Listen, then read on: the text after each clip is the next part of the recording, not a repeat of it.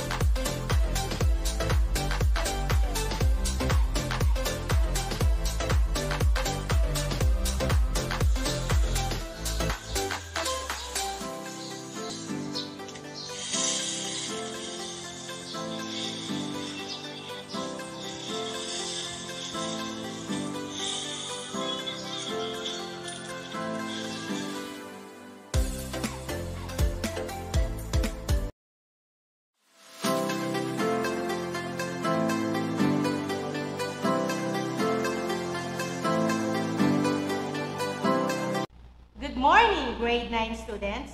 Welcome to our PE class. I am Ma'am Abigail G. Bawin from Dalandana National High School, your live streaming teacher for today. Before we proceed to our lesson, let me read to you the most essential learning competency of our lesson today.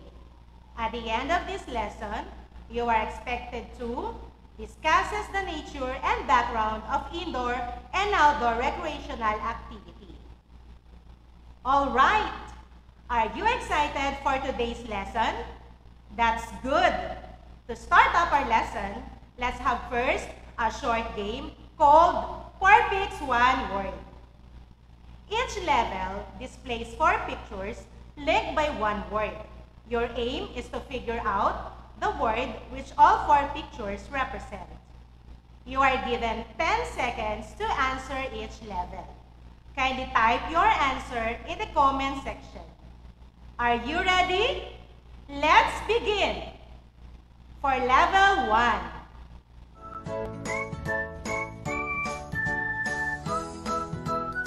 Timer starts now.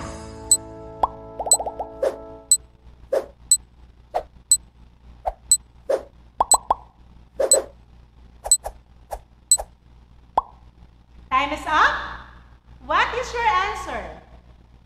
Good job. The answer is hiking. For level 2.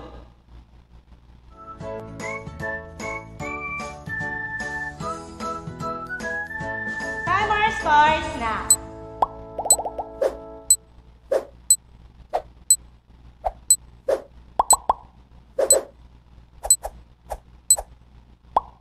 Time is up. The answer is biking. Very good, class. Next, level 3.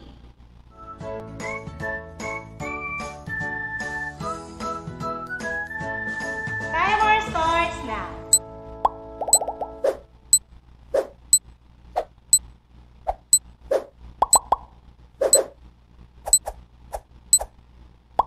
Time is up. The answer is badminton. Did you get the answer correctly? You're doing great. For level 4.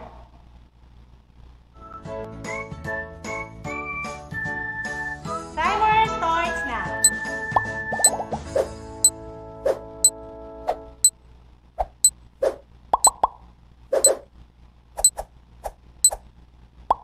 Time is up. The answer is volleyball. And for our last level, level 5,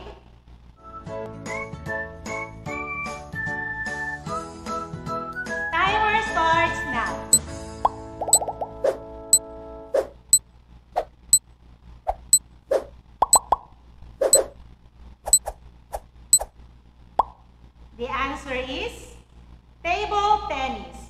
Well done, class! It seems that you enjoyed our lesson for today, or the activity rather. What you have noticed to the words that you identified earlier, what are they? The activities that we identified a while ago is what we call recreational activities.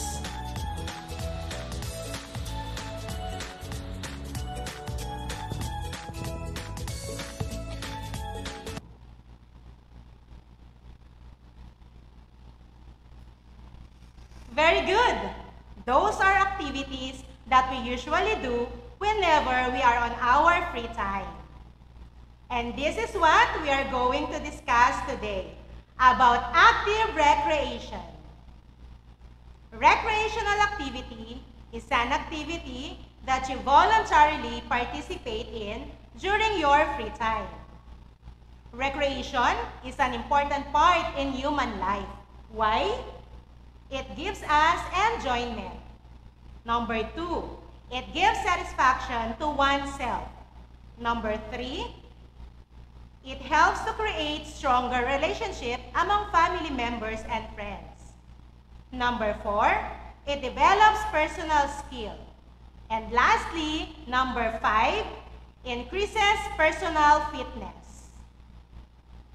There are 2 classifications of recreational activity: the physically active, the passive or inactive.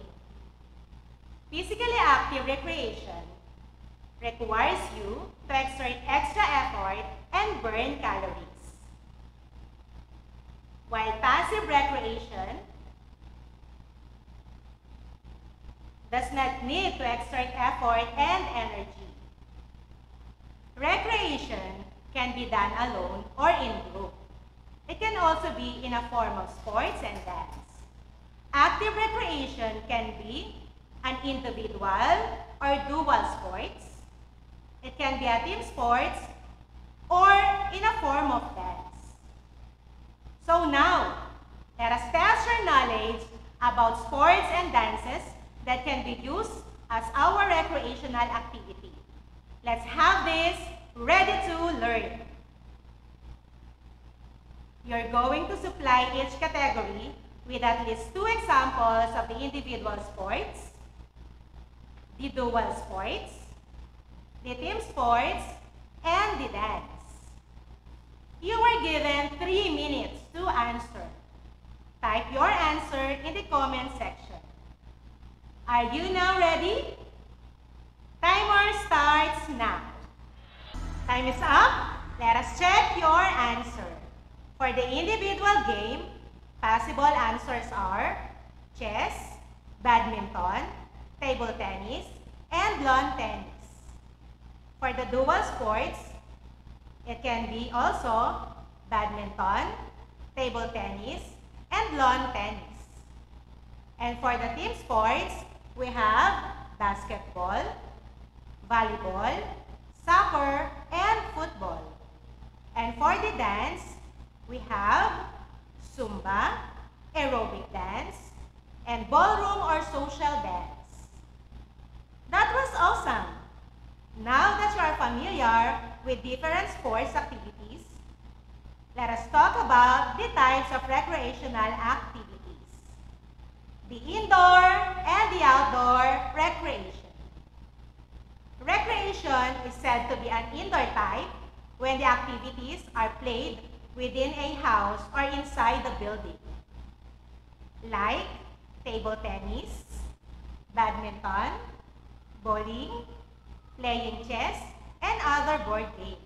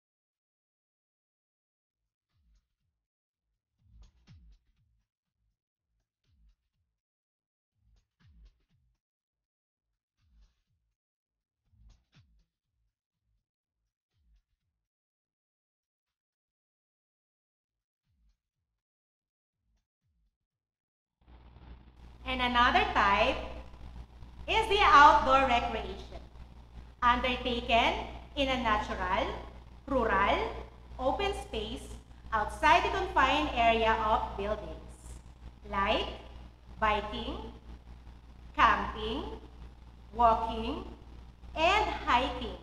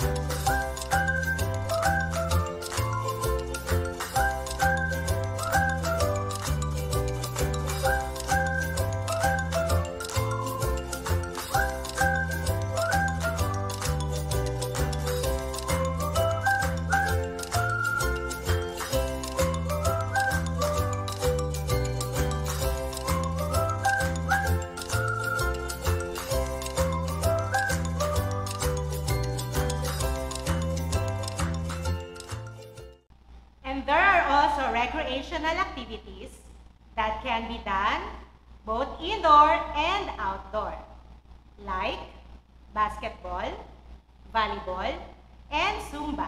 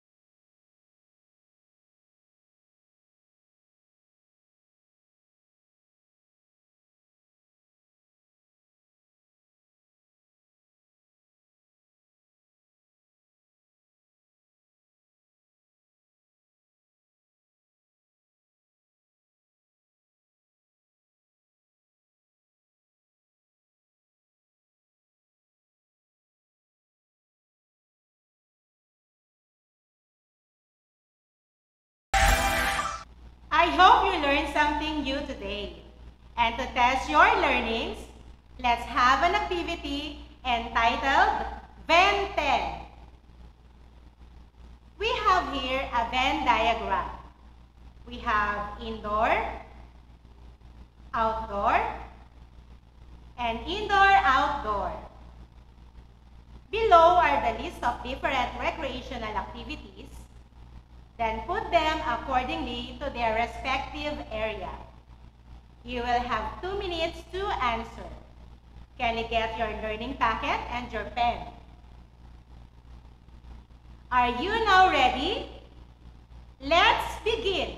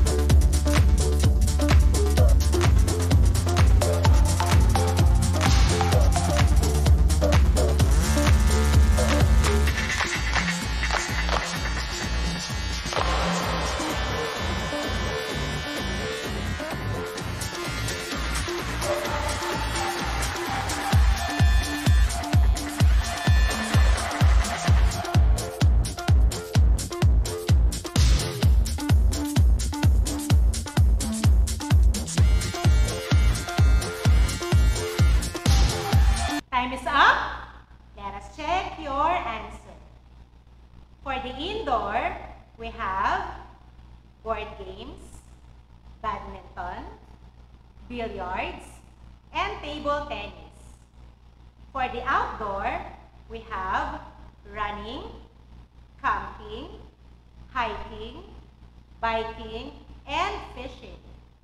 And for both indoor and outdoor, we have basketball, Zumba, and volleyball. Great job, students!